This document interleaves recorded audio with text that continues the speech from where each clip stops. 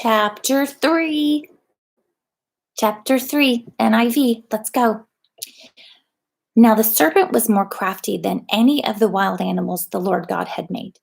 He said to the woman, "Did God really say you must not eat from any tree in the garden?" The woman said to the serpent, "We may eat we may eat fruit from the trees in the garden. But God did say, you must not eat fruit from the tree that is in the middle of the garden, and you must not touch it, or you will die." "You will not surely die," the serpent said to the woman, "for God knows that when you eat of it, your eyes will be opened, and you will be like God, knowing good and evil." When the woman saw that the fruit of the tree was good for food and pleasing to the eye, and also desirable for gaining wisdom, she took some and ate it. She also gave some to her husband, who was with her, and he ate it. Then the eyes of both of them were opened, and they realized they were naked. So they sewed fig leaves together and made coverings for themselves.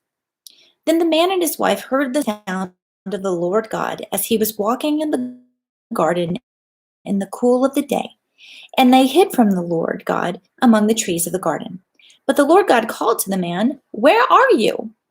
He answered, "I heard you in the garden, and I was afraid because I was naked, so I hid." And he said, "Who told you that you were naked? Have you eaten from the tree that I commanded you not to eat from?" The man, "The woman you put here with me, she gave me some fruit of the tree, and I ate it." So the Lord God said to the woman, "What is this you have done?" The woman said, "The serpent deceived me, and I ate." So the Lord God said to the serpent, "Because you have done this, cursed are you above all the livestock and all the wild animals. You will crawl on your belly and will eat dust all the days of your life. And I will put enmity between you and the woman, and between your offspring and hers. He will crush your head, and you will strike his heel." To the woman he said, "I will greatly increase your pains in childbearing. With pain you will give birth to children. Your desire will be for your husband, and he will rule over you." To Adam he said, "Because you listened to your wife and ate from the tree about which I commanded you, you must not eat of it. Cursed is the ground because of you. Through painful toil you will eat of it all the days of your life. It will produce thorns and thistles for you, and you will eat the plants of the field.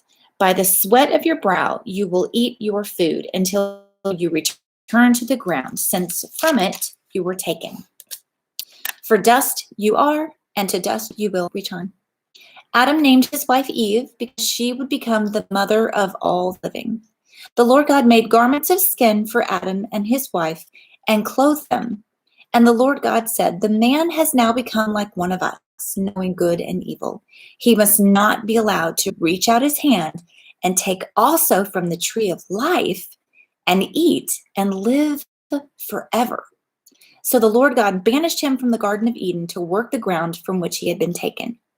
After he drove the man out, he placed on the east side of the Garden of Eden cherubim, and a flaming sword flashing back and forth to guard the way to the tree of life.